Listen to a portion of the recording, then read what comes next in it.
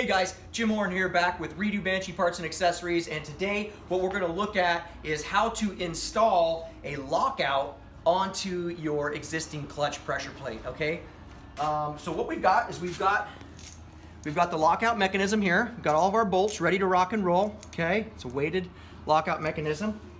We've got our pressure plate here, and notice that this pressure plate does not have the factory clutch adjuster, clutch disengagement adjusting rod in it. Okay, what we're going to use with a lockout is we're going to use one of these bad boys right here. This is a clutch disengagement with, as you can see here, it's got a pancake bearing on it. Okay, and you can find these. I buy mine from Mod Quad. You can buy them online at modquad.com. Okay, this is a brand new one. This is going to be your disengagement tool, and what this does is this allows this whole mechanism to spin freely in here and not cause any drag and not weld your ball to your shaft, if you've ever seen that before. So anyways, we're going to have a blank pressure plate here. You want to make sure, guys, that there's no ridges on your pressure plate. Make sure it's nice and smooth, and then just pop this bad boy through there, just like that, and then put your nut back on it so it can't fall off. We're just going to put the nut on. Oops, I got slippery fingers. We're just going to put the nut on here, finger tight, because we're going to adjust it here in just a minute once we get this on. All right, so we're going to slide this on, and what we're going to do is we're going to make sure that we look for these arrows that are on the pressure plate, and we're going to line those arrows up, with this deep notch right here when it lines up with one of the posts here. So, because that way we get this to sit flush. You see how that sits flush against the clutch fibers there? We went through this in another video, but see how that sits flush? Now let me show you what happens if you get this clocked into the wrong position. Let's turn it one. And we're going to put it in. And you see how that goes on tight? But you see how there's a big gap there? Okay, don't make that mistake, because you'll have to pull your clutch cover back off and fix that. So we're going to turn that. We're going to clock it the right way so that it sits nice and flush. Okay, now we're going to install our springs. Now in my clutch, I use 3 stock springs, and I space them out here, stock, stock, and stock, and then I use 3 aftermarket springs, a little heavy duty. You can use all stock, you can use all heavy duty. It's up to you on how you want your clutch to slip and how you want it to, when you want it to engage and all those sort of things. This is just how I do it. You don't have to do it this way, but okay. So we got our springs in here ready to go. We got them even, all right.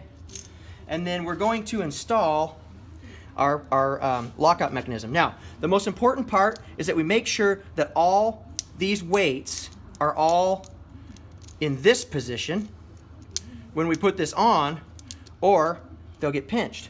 So, I'm going to put it on here. Take our 5mm. We're just going to get these started, okay? So that we can go in and we can adjust them later. So you gotta push a little pressure on here.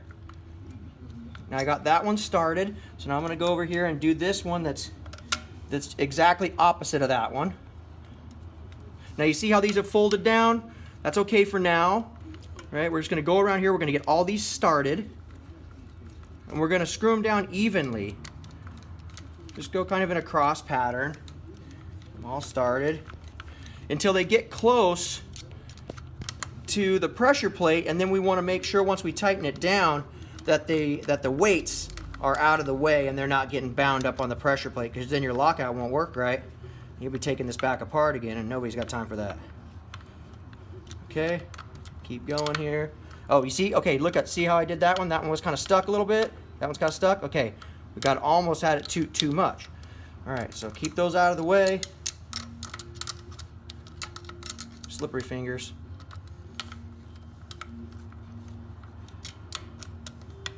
We're just going to lock this down. Now we're getting to the point where we need to keep these out of the way here. Okay. There's really no rhyme or reason to which way you do this while you're getting it close.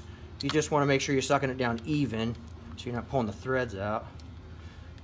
Okay. So now that we got that pretty sucked down here, these can't get into the wrong position. So now we can just go around and we can tighten everything up. Tighten that one up. This one's pretty loose here, so we'll get this one sucked down.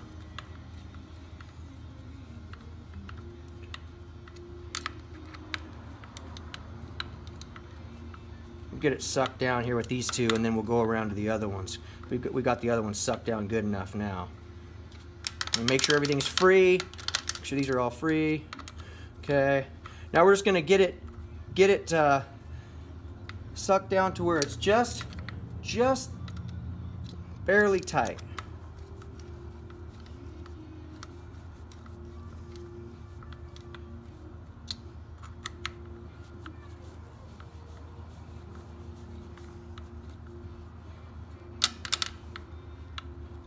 All right. No, this is slow. Sorry. Okay, so these are just tight now, not more than just hand tight. Okay. Okay. Once you get them all just, hand tight here. Okay. Now we're just going to go through here. These are all hand tight now. You just want to make sure these are all loose and in this position. You can see in the out position. We're just going to take this and we're just going to give it a tiny little turn. Just like that. It doesn't need any more than that because the spring pressure will hold tension against these. Okay? Just like that. Just like that. Just like that. Okay? Just barely give it a little tiny turn. You don't want to tighten these real tight because you don't want to break these fingers off on your inner hub, or else you'll be buying a new hub from me. Okay? Now once they're tight, again, go back through here. Make sure these are all loose, ready to rock and roll.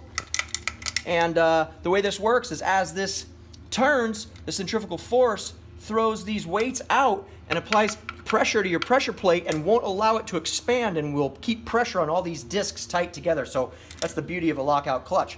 All right, guys, that's how you install it. Just be real careful. Take your time.